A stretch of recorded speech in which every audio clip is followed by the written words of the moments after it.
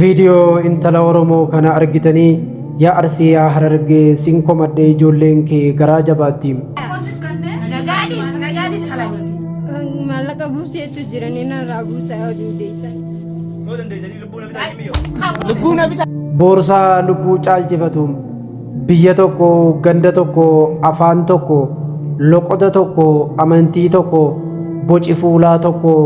amantii tokko qooddatu namummaan nu jidduu fagaatem akka waan biyya sii akka waan fuula sii ilaalanii adda baasuun cimuu itti dheekkamanii biyyi kee eessa jedhanii gaafachaa hattee jirtaa dubbadhu waan atte himi jedhuun dhiirris shamarreenis itti marsanii ija keessa isaan ilaalaa lapheesii qabachaa hidhiinsiidhaa sodaarraa kan ka'e hollachaa wallaahi billaahi boorsaa tokkicha qofan fuudhe maaloo rabbii kiyyaaf jedhaa jettee du'aaf jireenya jidduu teessee isaan kadhattiin argitee namummaan hagam akka nu jidduu fagaateen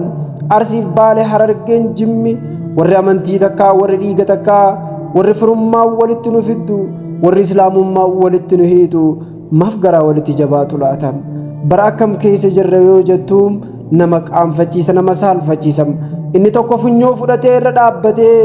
asii gad bishaanitti naqaa akka yeroo uleedhaan dhawamtuu fi rukutamtu bishaan sababatti naqameef jecha qaamnis gubatuufi hamma nyaatee dhugu isee garafam itti dabalee sangalafeen dugdasii miidhamutti dugdasii irra dhaabbatee tumatumam inni tokko immoo fuuldurasii taa'ee boksiidhaan fuula dubartii lallaafaa kana rukutam inni tokko immoo kaballaadhaan fuula isii laafaa kana rukutaa siin ajjeesa zayita danfiseen sitti naqa elektirikiin sitti kaaha jedhaan isiin maal hojjedheen kaffalaa boorsaa tokkittii qofan fuudhe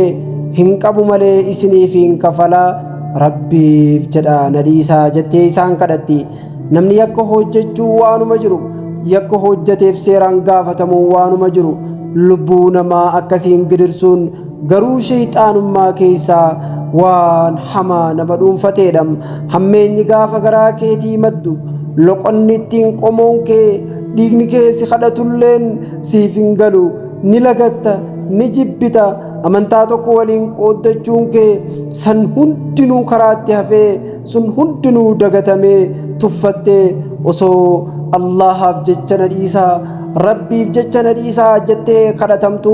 shororkeessummaa akkasii gareen taatee namarratti raawwatta waan akkasii gadi bahaa mormaa kufaatiin saba tokkoo baay'ina namoota namooma hin qabneen ni ariifata namooma yoo hiyyoomtan kottaa narraatii liqeeffadhaa naaf deebisaa isinin cinqu barruu kana Iliyaastu barreesse.